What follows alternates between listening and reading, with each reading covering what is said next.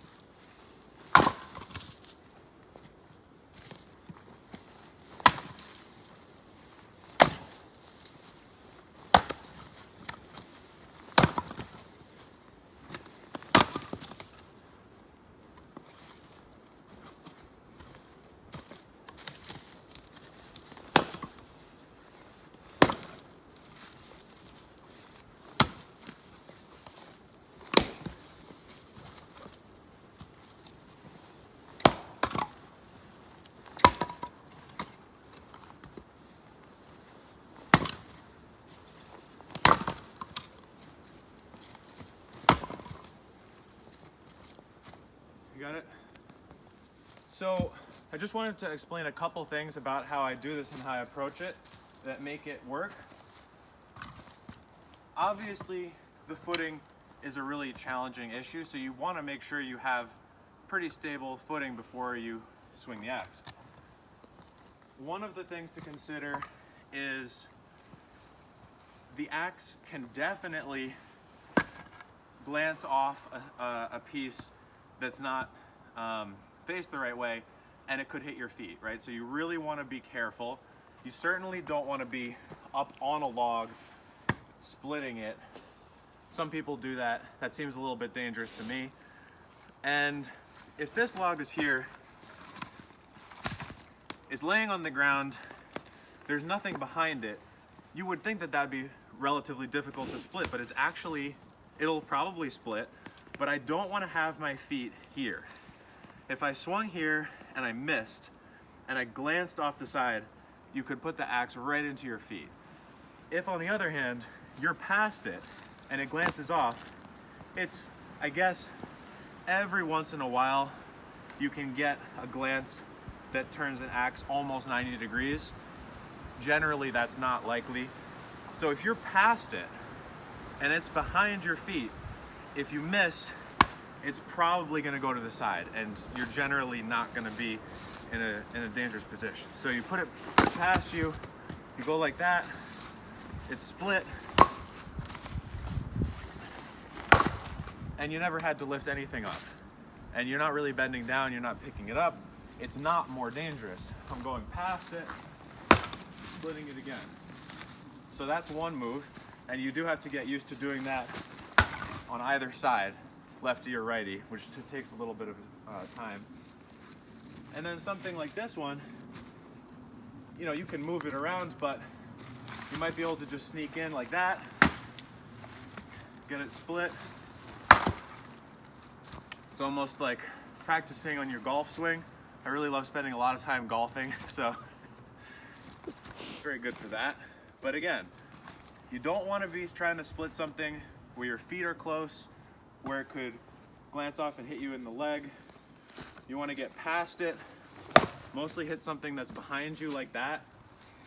To a certain degree, you're going to have to move some things around to get a good angle on it. And for the really larger pieces, to start around, especially something like this with a knot in it, you'll need to stand it up because you need to get all that impact that you possibly can, so having it against the hard surface helps there. But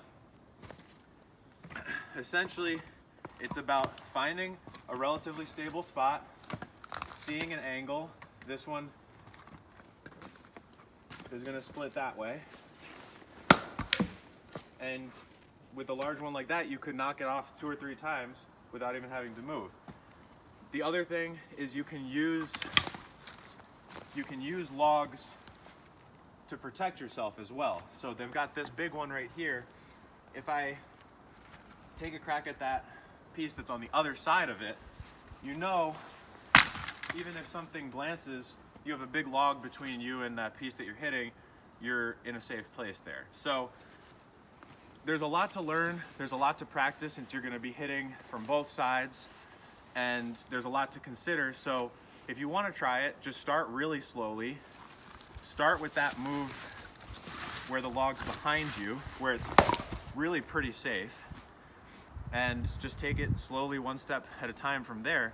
But you'll find that you do almost no lifting for all of this splitting.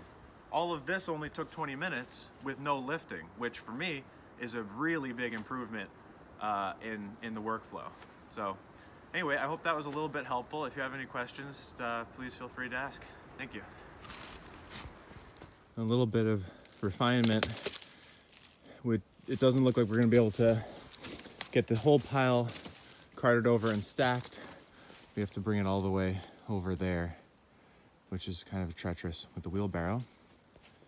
And so we're making a pile here so that we can tarp it at least. And as I put a layer into the pile, I go through and split it up even a little bit more finely. Smaller, you know, it's nice to have a bunch of different size pieces for starting fires or for having a big chunk to throw in overnight. But even as they lay like this, you can still go through and split them, and you can get all kinds of fun angles like that one you could get, or even this one's laying here, you could hit it right there, almost like it's flat on the ground. That'll pop in half. You could come in at that angle with that one without even moving your feet. Hit that right there. Just spend a couple minutes as you throw them on the pile, go split them up a little bit more finely, and then every armful is a lot easier to move. One final thought is, I have rented many wood splitters and used a lot of different splitters in my life, and none of them come close to the output in terms of this type of splitting as far as speed goes. If you could take large logs right next to where they're going to eventually get stacked by skidding them or delivering them on a truck, and then you're just going to split efficiently and then stack, I can't think of any way that would be quicker than this. And it's essentially free. I mean, just the cost of your maul and learning how to do it. So it really is the fastest, easiest on the back way of splitting that I've ever come across.